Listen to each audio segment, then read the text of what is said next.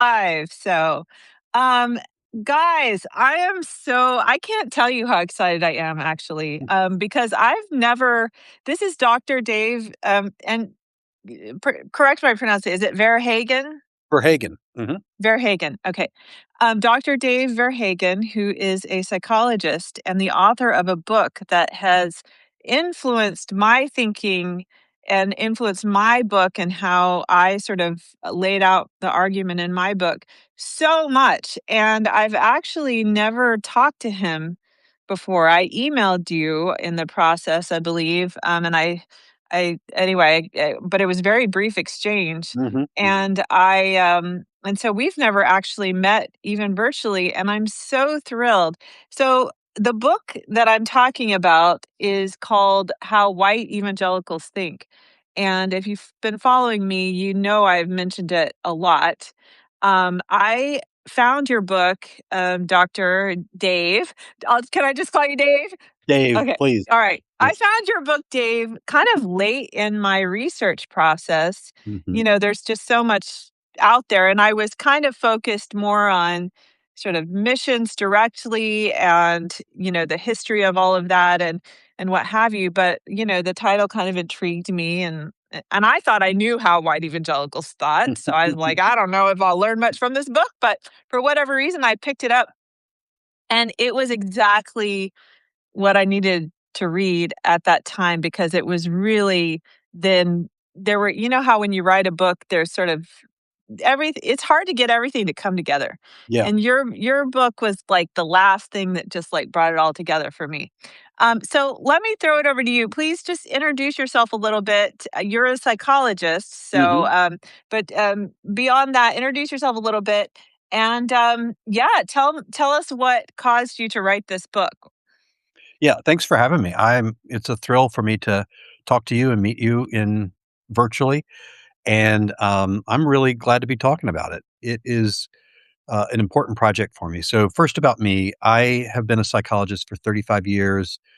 Most of that time, about 24, 25 years, was in Charlotte, North Carolina. And then we've been in Nashville for about 10 years. And I founded a practice that has grown. And now I'm helping to kind of co-manage the Nashville office.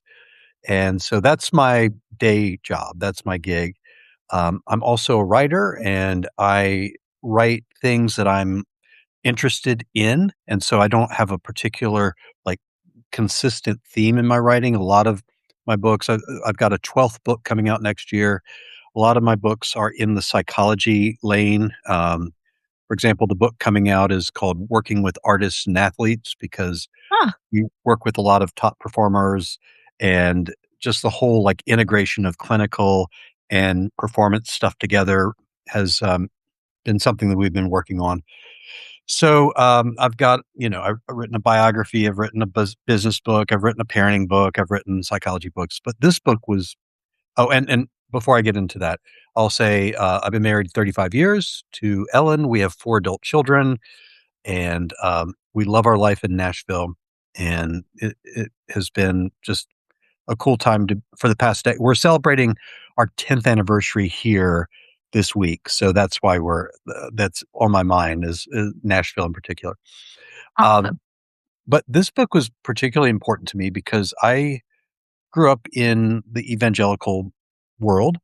I went to a Christian school. I was involved in campus parachurch ministry in college, and it was very much like I'm in.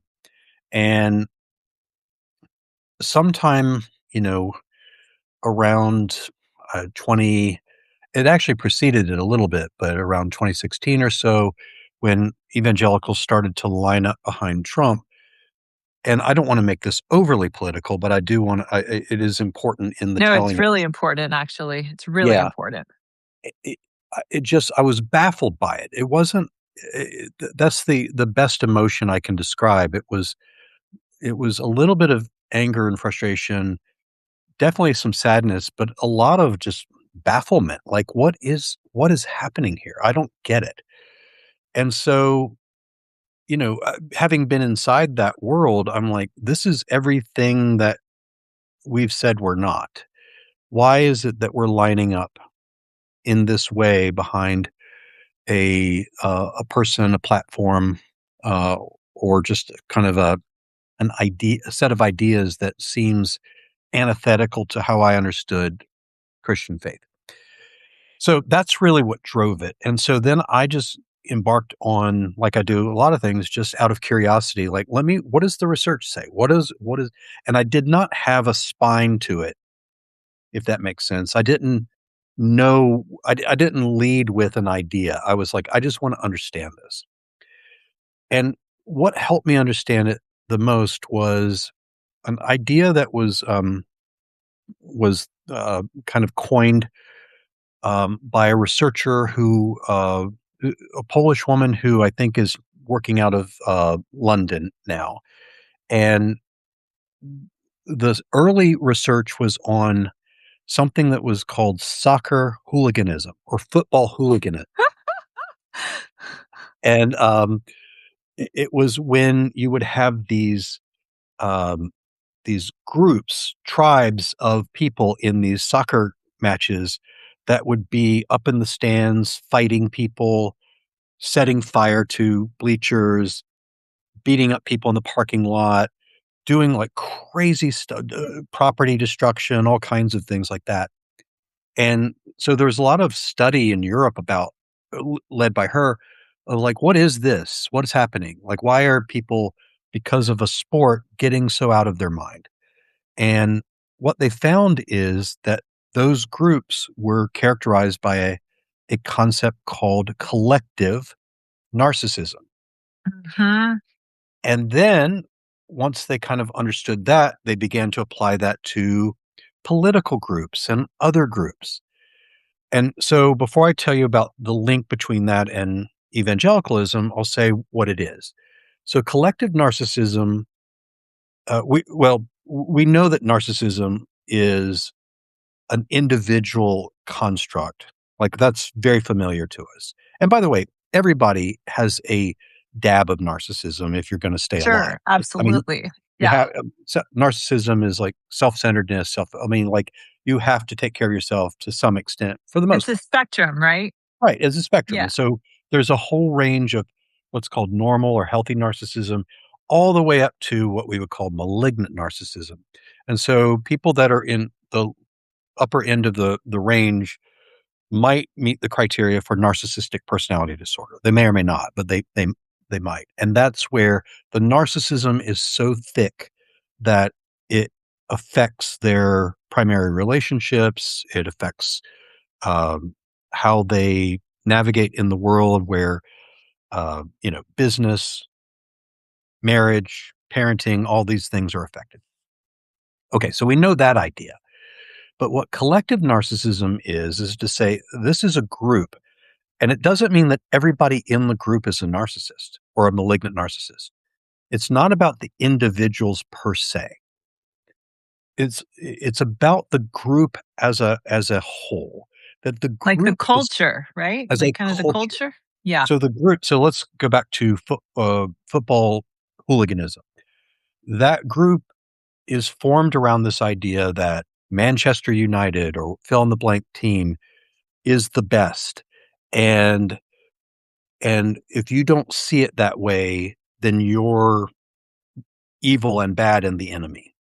And then we're right to retaliate against you. So that's really the underlying idea is there are three parts of it. Our group is special and the best. If you don't if you're not in the group or don't agree with that, then you are wrong and even bad or evil. And third part, and we're right to be hostile and even, aggressive and violent towards you. Mhm, mhm. Okay, so that's the idea. Well, then that has been applied to different political groups and other, um and groups vary in their degree of collective narcissism. Like, there are plenty of groups that think they're awesome and all that, but they don't have the other component parts to it. Once I started looking at that and realizing evangelical Christianity especially in the United States, has taken on this collective narcissistic culture. And that idea is, hey, we have unique access to truth. We know what's right. You guys don't. And and so and that's always been a thread in all of Christianity to an extent. But then the other part has come to be, and so if you're outside of that boundary, you are the enemy, right? That's the shift. It's like you're wrong, you're bad. And so we are justified to oppose you, resist you, even attack you. And so it gives cover and justification for that. So that in a nutshell is really the became the spine of the book. It's like, oh, that's what we're talking about. We're talking about a concept called collective narcissism. And again, I'll just state, doesn't mean that every single person in the Sure. group is a narcissist or a malignant narcissist, but the group as a whole is narcissistic. Mhm, mhm. One more part, and then you can poke back at this. Um, there's also a lot of research that says that countries vary in their level of narcissism. Um, and they're really clever and creative ways that the research has found to unearth that. But in the research that I looked at for the book, and I think there's been a study since then that confirms it for the most part. Um, Russia is the most narcissistic country. Shocker, right? Really? That's really something. Yeah, Wow. right.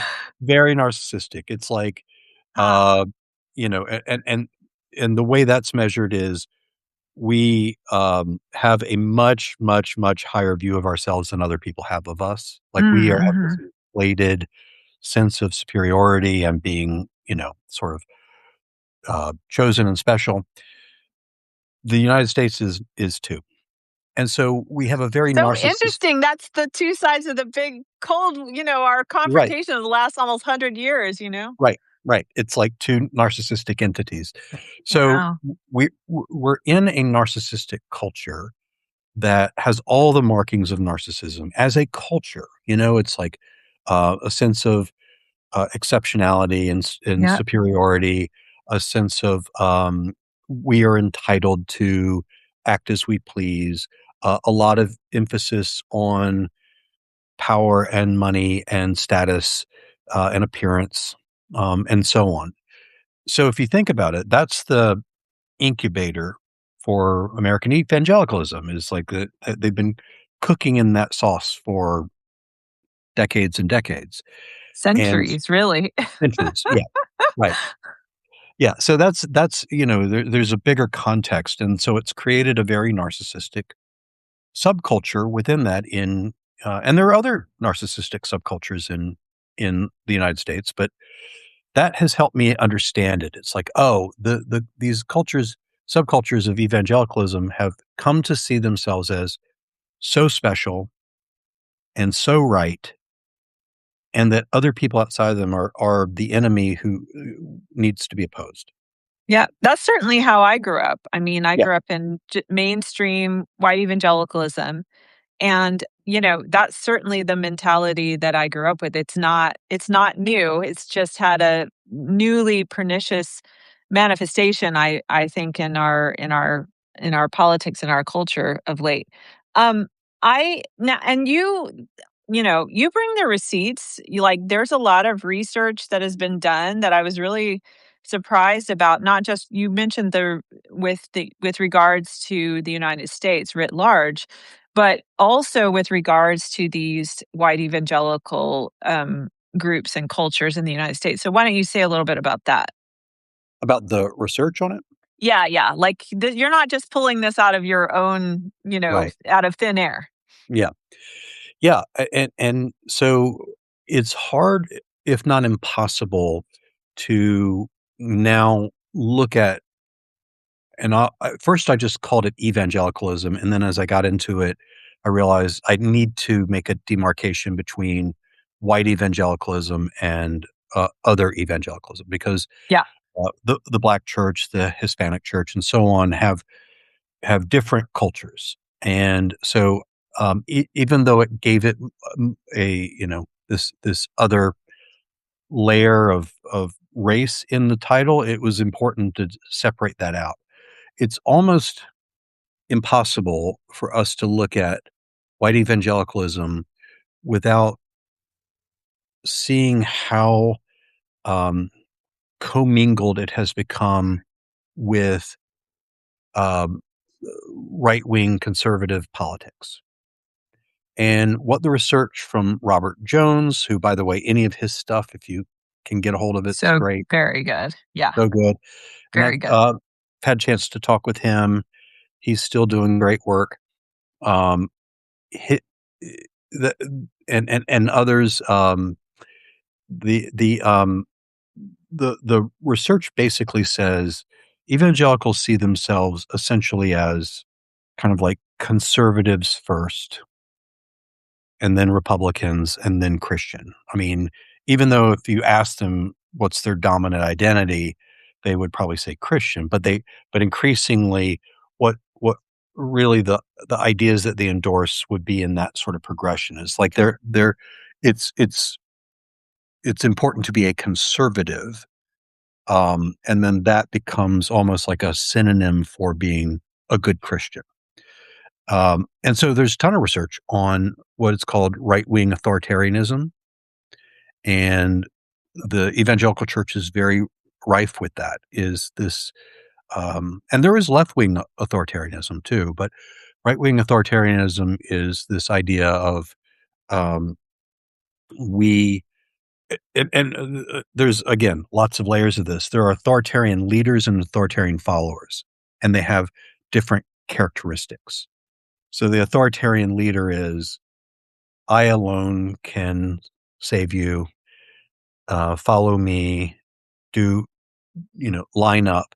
And the authoritarian follower is the, I need someone to save me, and I need someone that's going to protect me, and I'm going to line up and be a good foot soldier with that. And that's what we've seen with the the conservative movement. And so if you think about the church movement in the US, increasingly, even still, even under a lot of criticism, the mega church movement it's kind of the Walmartization of of church. It's like the smaller churches where there's really tight communities and there might be 80, 150 people are increasingly shrinking, and these mega churches are blooming. Almost always there is and the term is like the fit, attractive, young white man uh, teaching pastor, right?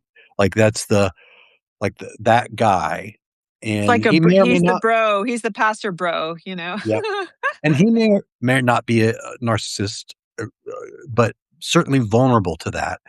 Uh, and then people line up behind it, right? So that's already in that evangelical culture, is like we're just going to line up behind this this charismatic leader, and that's what we're primed for. Is we're primed for, get behind this charismatic um, leader who will tell you what is right and wrong, how to behave.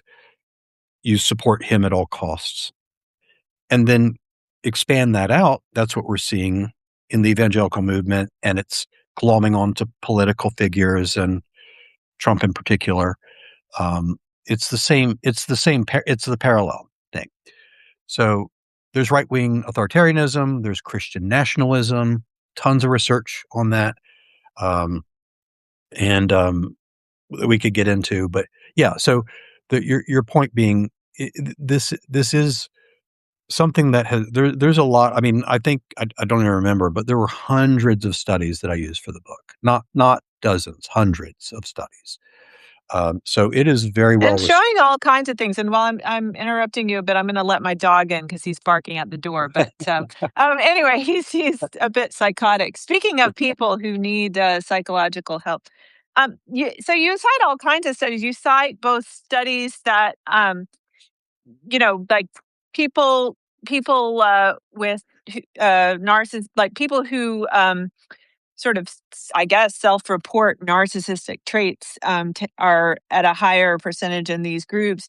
you cite reports about their the role of fear being heightened in these groups, and how Yeah. that and that's a key part of narcissism too. There's a healthy fear that we all have that rooted in self-preservation, but but narcissists, it's all part of our fear is tempered by our self-awareness and our self-regulation, and narcissists kind of can't bear to look at themselves directly, and so the fear is sort of heightened, I think, by the denial. So you have studies about the role of fear. You cite studies about their sort of hyper need for order and hierarchy, and these sorts of things.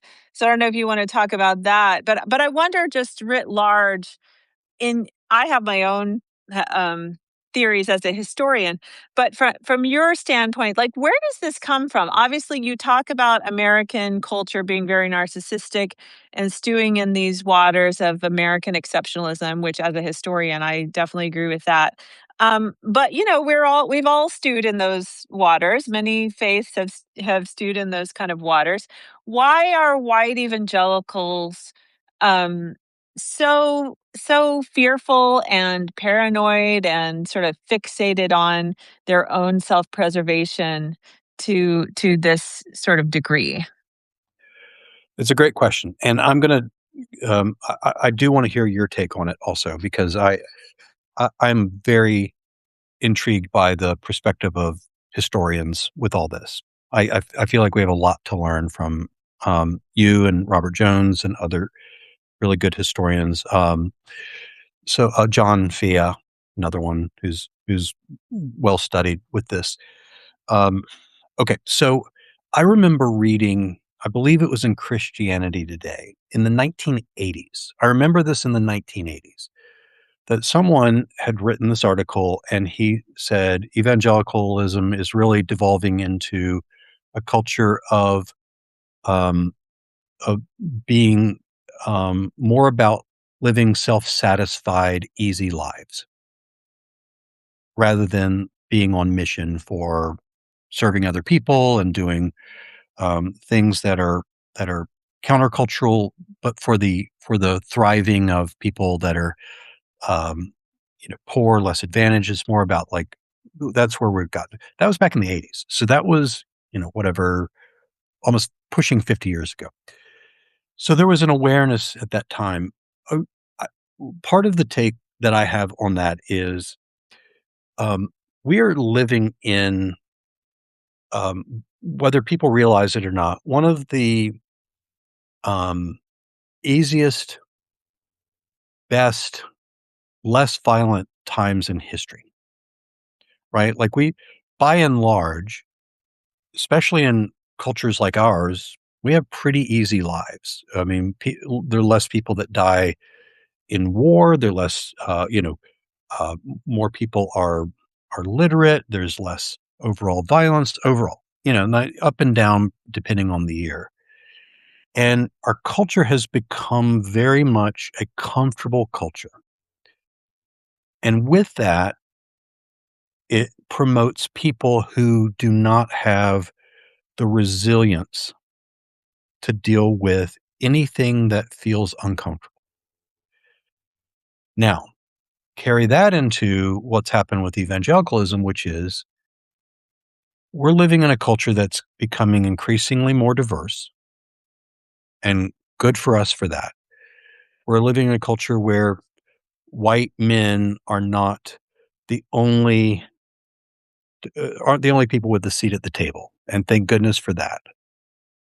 Um, and there is this sort of reaction to we're losing our grip on power in the culture. We want to be at the head of the table calling the shots. And as long as, if you think about your background with missions and we think about the sort of evangelical world, as long as we're in this position of power and things were safe and self-satisfied and comfortable for us, then we didn't have to do so, we there these little buttons weren't getting poked in the same way. And now they are. Now they're getting like, oh, maybe you aren't the only people who should be in positions of power and influence. Maybe you aren't the only people who should be, um, in these positions of power and so on. It it's frightening because there's a loss of control over power. And it's in a context where people are less resilient overall. We Mm. think, like, the idea that white Christians are persecuted in our culture is just beyond ludicrous. Yes. It's mind-numbingly ludicrous, and yet Yes. that is a But they think belief in that. the it's a belief in the subcultures, like, we are being persecuted. It's so crazy, but it comes from this point of, like, A, we shouldn't be because we're right. It comes from that collective narcissism thing, but also B, it's like we're not used to having any kind of resistance to us, and so it's like, oh, like, we don't know how to do it. It is only perceived as threat and danger and something negative, and not as potential growth or opportunity or chances for, you know, becoming Humility, like, humility and curiosity and all the good things, right? So it's met with this fear and resistance and anger rather than curiosity and openness and humility. So that's how I would see it. Is it's cultural context. We don't have the emotional muscle overall that we might have had in the past, and then we're losing our seat at the head of the table, and it's freaking us out. yeah.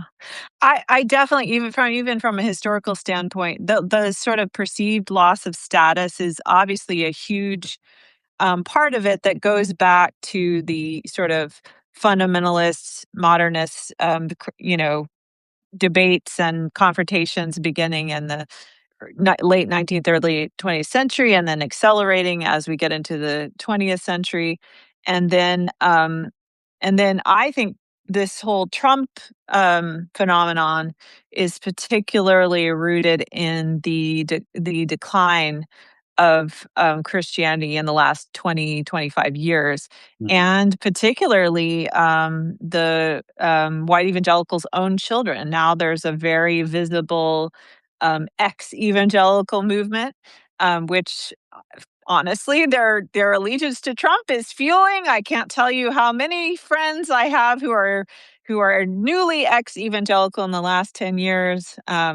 Either they've left the church altogether or they certainly don't want to claim that label, et cetera. So I think the loss of status or the perceived loss of status is a big part of that. As a historian, I really go back to the race issue, which you deal with in the book as well, and I think that's a key component, both in terms of the psychology that you're talking about, but mhm, also in the history.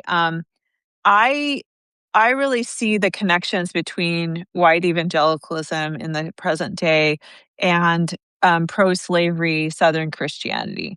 mhm, I think the Southern that there's a real influence there, and not just in Southern Christianity today, but in evangelical Christianity nationally.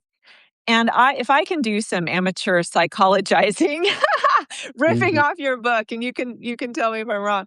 But my understanding of narcissism on an individual level is they are people who they're emotionally immature, as you talk about in the book, and that means they're people who really cannot face their own fears and failures, and so instead of, as a normal person, none of us like it, but most normal people can kind of take a look, live and learn, make adjustments, make some admissions, apologies if needed, course correct, and sort of learn and grow. And narcissists don't have the capability of doing that. And so they create this grandiose mhm, personality that is perfect, that is like, mhm, that doesn't have any fears and failures. And then they live in that world, and on a subconscious level is this fear and failure. And see, my theory is on a collective scale, and I talk about this in my book because I think missions are a huge part of this, is as we developed as human beings with society and as hierarchies sort of came under attack and as, as human rights and individual rights became part of our American culture, slavery became more and more of a shame. And instead of the Southern society confronting that and making adjustments, they just continually doubled down and created what you call a spiritual bypasses. And really, the entire even Southern evangelicalism was basically one giant spiritual bypass by which Yes. you Yes. could escape. You could be a slaveholder and also a good Christian. Mhm. And there's a lot of different theological elements in that. And then later on in history, you could be a hardcore, you could at least ignore and deny lynchings and segregation and all of these racial things, and you could send missionaries to Africa. I want to read a passage from your book, which really obviously spoke to me on the issue of race and what I'm talking about. Um, where you talk about, I'm just going to read you and to the people here. You talk about being going to a one of these sort of, they were called kind of segregation academies, where Yeah. these Mhm. white evangelical schools that sort of proliferated in the aftermath of school desegregation, as good white Christian parents pulled their kids out of school rather than have them attend school with the black kids. And they created these, and that's where you went to one of these schools. And of course there's still many of they're not all white anymore, but that's basically the remnants of what of that system is still with us. So you say Yes. every year the school held World Missions Week, where we were all encouraged to go overseas to places that might not have heard the gospel. Actually, a lot of them were already quite Christian. That's another little secret, including especially African countries, which, by the way, are massively Sub-Saharan Africa is massively Christian at this point. Yes. At the same time, it was actively sheltering us from Black people in our own hometown. Upon reflection, the disconnect makes little sense and was one of the most baffling aspects of my conservative evangelical upbringing. Why would conservative Christians protect their kids from Black people in their cities, but willingly send them across the world to spread the gospel to Black people who had already heard it, by the way? Mhm. And then you go on a little bit further down and you quote a woman named Beverly Daniel Tatum, who is also a psychologist. Yeah. And she said to you, quote, in my view, both actions, segregated schools in the US and missionary outreach to Africa, are rooted in assumptions of white supremacy and Black inferiority.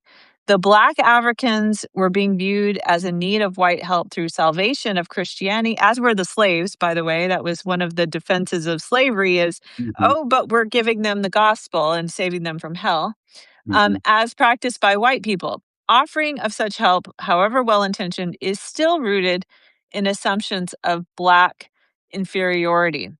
So, why don't you say a bit more? And then you have a whole chapter, if not more, on race and how this fits in with the narcissism. But tell me if my theories are correct in terms of your actual expertise and more of how race fits into this collective narcissism. Yeah, I'm glad you asked about it because I don't think there's any way to get around this, and this is, again, not where I started. This is where I got to, is that no matter how you if you're gonna take an honest look at this phenomenon in white evangelicalism, at the end of the day, the core is racism. I hate to say Absolutely. it, it sounds Yep. cliched, but it is true, and there's just no way around it. No way. It is a it is a racist, um, core, Yeah. and and the equally sad part of that is not only is that true, but it's set up in a way in the narcissistic way you describe, which is where it can be completely denied, Mhm. Absolutely. right? It can be flamingly racist and completely denied.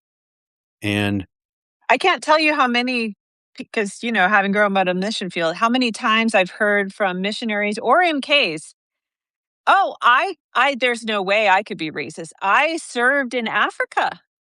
Like, that's just like, come on, I'm above reproach. And I'm like, they don't see how what they're doing is part of a racial project. Right. Yeah. So, I'm with you, and I have 2 chapters in the book plus an appendix, and I the reason the appendix is there is because one of the chapters, which was like the evidence chapter, got so long that I was like, "I just need to pull out this part and just if you wanna read the receipts, here they are." But, there's sort of personal individual racism, and then there's the systemic racism, and that's, again, a humongous hot button for evangelicals is it, systemic racism must be denied. It must be denied. Yeah. And so Yeah. that's the within the culture you have that's the rules that you play by is to say you have to um you have to deny anything that smacks of systemic racism. You can acknowledge, well, in the past, yes, we had slavery, and yes, this was this, and yes, but now not. And that's Fully where we have repented. We fully repented. we have. Yeah. And so those things now are not issues, and now anything that is designed to create parity or um, equity or whatever, those are now racist things because the playing field is totally level now. Everything's level. We don't need any continuing leveling of playing field. We don't need any acknowledgement of that stuff. So you see that big time, not just in evangelicalism, but certainly in that about like the Smithsonian Yeah. um, exhibits and the um, the the features that are in some of the national parks where there's this just revulsion to acknowledging that Yeah. as as a part of our story, at least as it's framed as a racist thing. So yeah, and I've talked to enough folks that the African American black folks who've been in grown up in either predominantly white Christian schools or predominantly white evangelical churches that um, have kind of shared their perspective of what that's like to be in those spaces where they feel often, and this is not true of everyone, but they often feel like there is an embrace and a warmth, but it only goes so far. Like it Mhm. once conversations about real conversations about race or real conversations about why decisions are made or how they're then there's this sort of pulling back and a kind of a pushing away of the person. So the that's what we're still I mean, yeah, at the end of the day, that's even more so than other factors in our culture. The This is really ultimately a racist thing. That's and again, I wish I came up with a different conclusion, but that's what everything points to. Yeah, and I think people, again, like you said, people think of it like, "Oh, well, it's full of, like, individual racism," and it's a cultural thing, and it's not even, it it's kind of what they don't realize is how they've created this how the culture over time has developed and has been sustained by the racial needs of the group, Right. Like, it's not, like, doesn't mean they're all out on horseback, in hoods, Right. visiting Right. black, but it's like the racial needs of the group, and in our day and time, that would include, again, determining the parameters of certain conversations, determining the interpretation of history, Yes. to where you've come out well, you and yours come out in a good light, and and part of that is rooted in the narcissistic need not to face the truth, you know, um, the need to be, it's a whole culture, as you talk about, of that's based on, we are the chosen, we're the exceptional people, we have the correct theology, we have all the secrets of the meaning of life and the afterlife, and we are 100% certain about our rightness, and so it becomes very uncomfortable to then see in history, like how complicit you and yours really were, and Mm, how even a lot of your theological beliefs were shaped by that racism. right.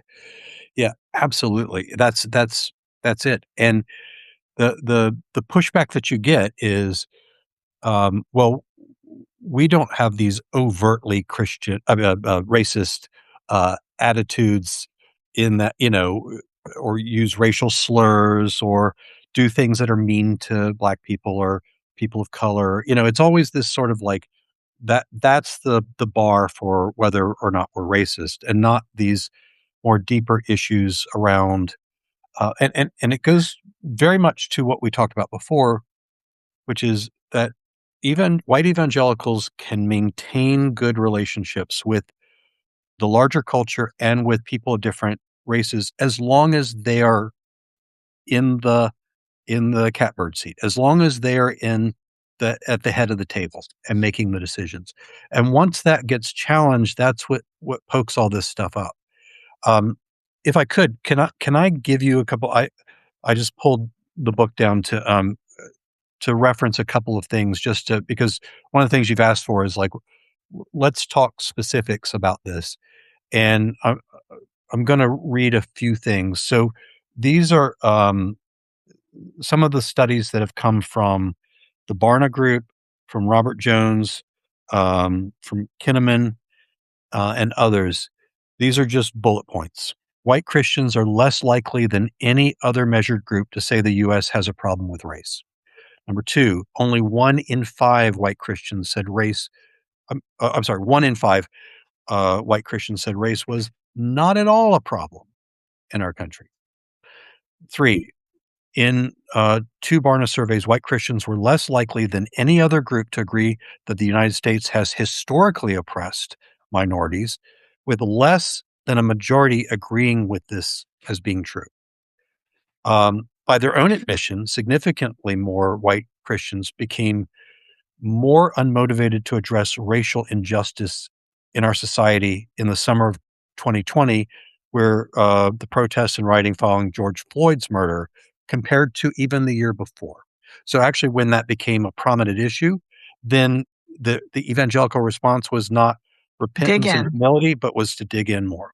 Yeah. And last one is previous research by Barna found Black Christians far exceeded white Christians on measures of spiritual vibrancy on every metric, including the importance of faith to daily lives, the strong commitment to love God, and adherence to specific Christian tenets. So, yeah, and there's plenty more. There's lots about systemic racism and evidence for that, and the tendency of white Christians to absolutely deny that and to get visibly angry when it's brought up.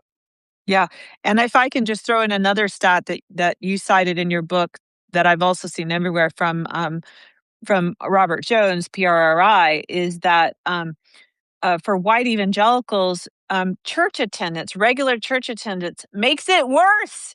Mhm, Like, the racist attitudes increase with regular church attendance at white evangelical churches, and that's the opposite that's true for other white Christians, like white mainline. I'm part of the mainline tradition now, mhm, and, white mainliners have their own history, mhm. history there,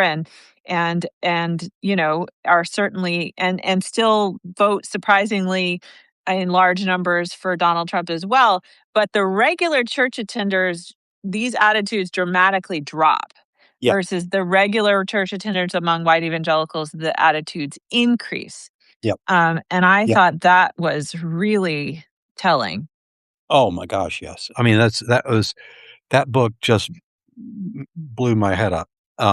And I I I will say, to underscore your point, what that tells you is how much this is a cultural issue that is so deeply imbued with this, that the more that you're around it, the more racist you are likely to be, even if you're not saying slurs and actively discriminating or being hostile.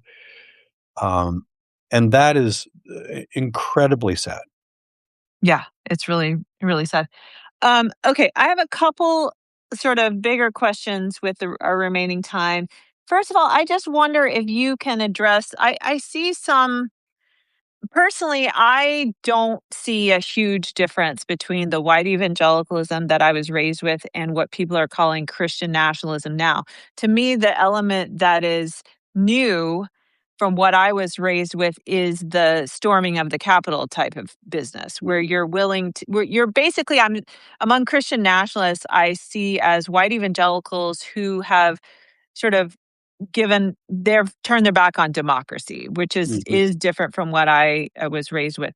But this collective narcissism that you're talking about, you are talking about just mainstream white evangelicals. You're not talking about Christian nationalists per se. Can you address that and maybe talk about the difference from your perspective between Christian nationalism and white evangelicalism?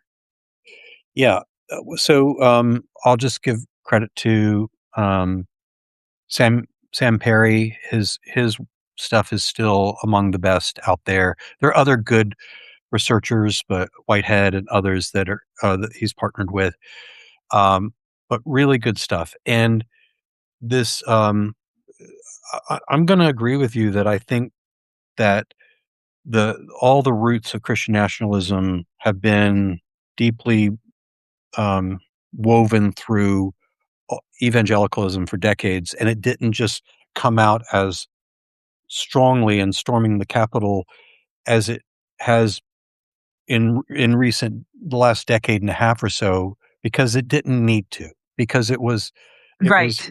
right. Yeah. It could be sort of an attitude that was held and assumed, but it wasn't challenged, or Like, not we could challenged in the win this democratically, we could yeah, we could that's manage right. democratically. We can manage, but one I was fascinated by, there's, we could have a whole conversation about Bill Gothard, but, Oh, yeah. and so my school was a big, like, go to Bill Gothard's seminars, and it was at, like, Coliseum size, like, arenas and all that. It was a big deal back in the day, back in the late '70s, '80s, and, when you look at Bill Gothard's stuff and others in that time, even then, it was overtly anti-democratic. Mm. Overtly. Mhm. I mean, the content of it was basically like, democracy is not, like, basically Christians need to be in charge.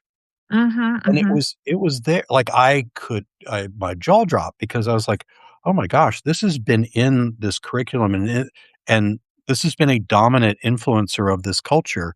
Whereas, like, um, we're we're democracy is maybe antithetical to the Christian faith, because Christians really should be the ones making all the decisions, and we don't need other influences to kind of have an equal voice in this. Yeah. But Yeah. because there wasn't an we can do it sort of the easy way for now.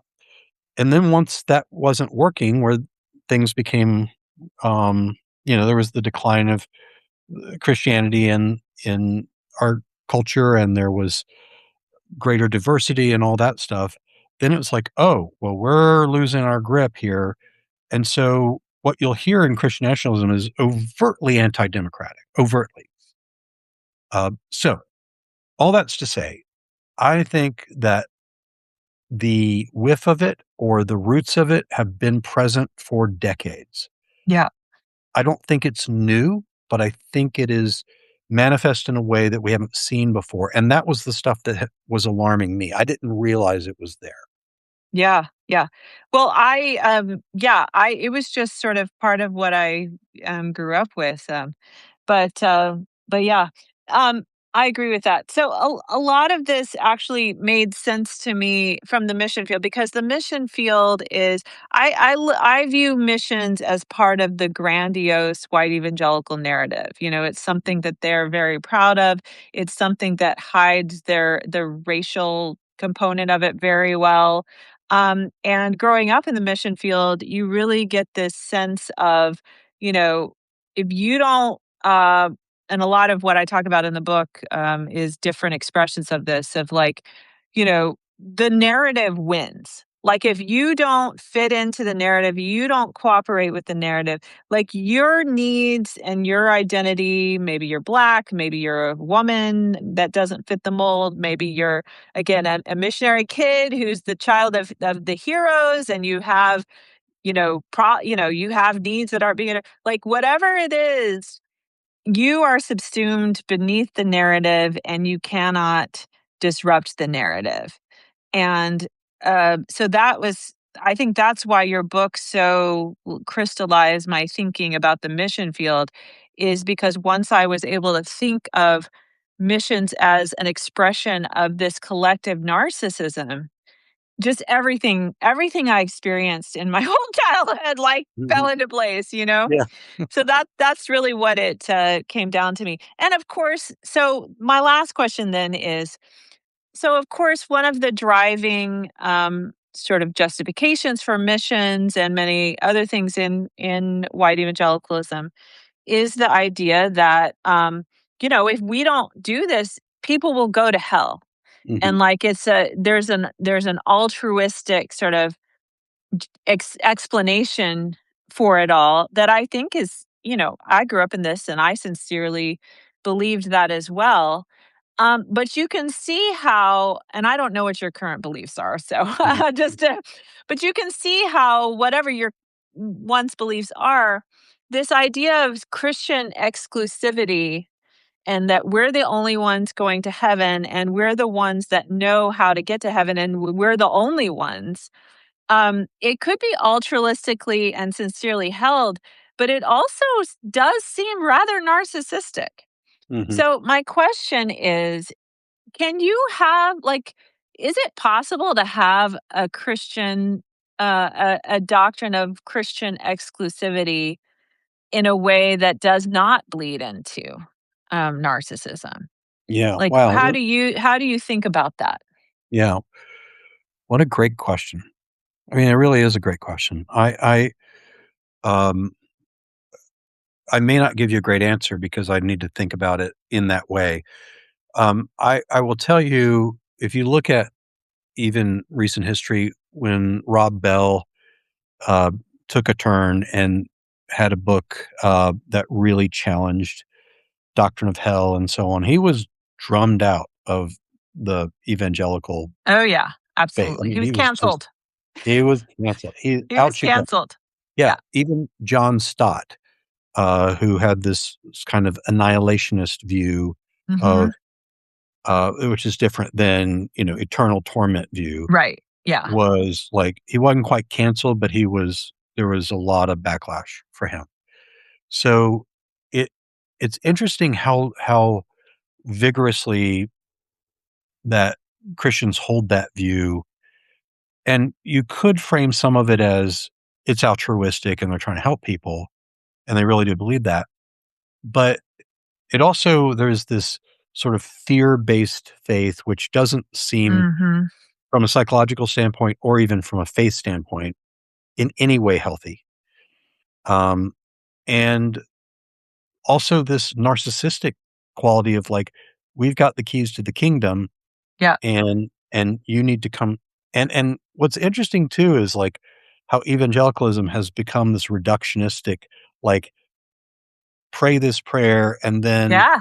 be a complete turd and act any way you want to and be greedy and everything else, and you're good, I mean, Yeah. you might have to tune up some things, but just pray the prayer, and then you don't have to go to hell, and then you can kind of, and sure, you should read your Bible and pray, blah, blah, blah, but it's this very sort of like not at all what historical faith has been about. Um, and so my answer to it is, um, I mean, I'm at a place of like, uh, of used the word earlier, like humility. That's where I am. And the thing that I would say is this is a particular doctrine, as are others, that I want to approach with humility. I want to approach with curiosity. I want to approach with openness and a willingness to have been wrong and be wrong. And so I would encourage other people within that bigger camp, um, to consider that. can you hold this exclusive view outside of it being narcissistic? Maybe. But I think the tendency it's so much a part of everything else we're talking about that Yeah, it feels almost impossible to tease it out fully, right? Like absolutely. like in isolation, could you? Maybe. I mean, I don't know what's true about that, honestly. I don't Yeah, know. yeah. Well, I Um, do think white evangelicalism, it's not even just the idea of, Christ, you know, a broad belief in Christ is the path to God. Like it's incredibly narrow. Like you yeah, have to be their kind of Christian right, right. and pass the various very specific litmus tests or you're not going to heaven. That's And right. to me that is definitely narcissistic. And For I sure. think and For frankly sure. it's breathtaking for a tradition that again has some major moral failures. The Southern Baptist Convention just blows my mind. That's what I was raised as. I But know it's so crazy. it's like y'all started like literally the entire foundation of your denomination was to defend slaveholders Mhm. and then and now, like, you're, like, acting like you're the only ones right about anything, and that Right. you and also in civil rights too, also very there was a little diversity there, but overall the denomination was not in a good place on segregation, and now y'all telling us that you're the ones that have the correct theology, and then they have the gall to make utterances about things like CRT, critical rate. Remember that whole Mhm. Oh, yeah. hysteria? That's Yeah. like 5 years ago. Now it's more DEI or whatever, but it's still the same thing that this and it's like, maybe y'all should like, take a break from pontificating to the rest of us. Like your track record's not good, people. It's just not good. Maybe you just take some time out. Yeah. Yeah, and we're not even talking about, like, sexual abuse scandals and Oh yeah. Yeah, we views haven't of even gone women there. and That's another whole thing. yeah, and views of women and all kinds of things, Yeah. so yeah, you're absolutely right, but here's the thing, humility to get there, you would have to be humble, and you'd Yeah. have to be, um, repentant, and you'd have to be open, and all those things are antithetical to narcissism. Yep. They're the opposite of it. Absolutely. And so it's baked into the goods. Yeah. All right. Well, thank you so much for talking. Y'all, everybody, if you want to understand what is going on in our politics right now, and I've said this so many times, and the data, I think, backs me up. We would not have Trump and Trumpism without white evangelicals. They are the one of the largest political blocs. They're certainly one of the most immovable blocks They are. and I think culturally, they're definitely the most authoritarian political blocs that we have. Yeah, And their lockstep support for Donald Trump is the reason we are here today. End of story. End of story. It's not economics. It's white evangelicals have put themselves full throatedly behind this movement. And that's why we're here. So if you want to understand why and how they can sort of justify this and you really want to this is the best book. I am not kidding you. And not many people have read it. More people need to read it, Dave. But it's called How White Evangelicals Think: The Psychology of White Conservative Christians by Dr. Dave Verhaagen. Thank you so much for writing this book. Thank you so much for turning all kinds of light bulbs on for me personally and I hope for many others. I don't what is the before we go, what has been the reception that you've gotten? I imagine you've ruffled some feathers with this. yeah, it's been mostly good, and I didn't expect it. I Before I wrote it, I talked to my wife about what we might expect. I've gotten some pushback and angry things, but overall, it has been closer to what you're describing, with people that have grown up in it and go, "This has helped me understand it." I Yeah. would not and that's why I wrote it for myself, is that I was like, "I'm confused, like, I wanna understand this." So, I think it's been mostly positive in the sense of people that have read it said, "This has given form to um, this experience that I've had and understanding of it." So, I'm grateful for that, and I'm grateful for you having me on. Thanks. Yeah, and I think I don't know if you've heard from people who did not grow up religious that have Mhm. just, are trying to understand this because it is if you don't understand white evangelicals, you don't understand our politics right now. And Right. so I don't know if you've heard from because I think your publisher is is it a religious publisher? Who It is your is, yeah, publisher? mhm, yeah, Yeah. So for I this don't know one. if it's gotten broader readership. We authors of Christian publishers tend to get pigeonholed a little bit, but it's so important. I've recommended it very widely, and everybody should read it as well. All right. Well, Thank you. thank you again. I hope to talk to you another time. And have a great weekend, everybody. Thanks.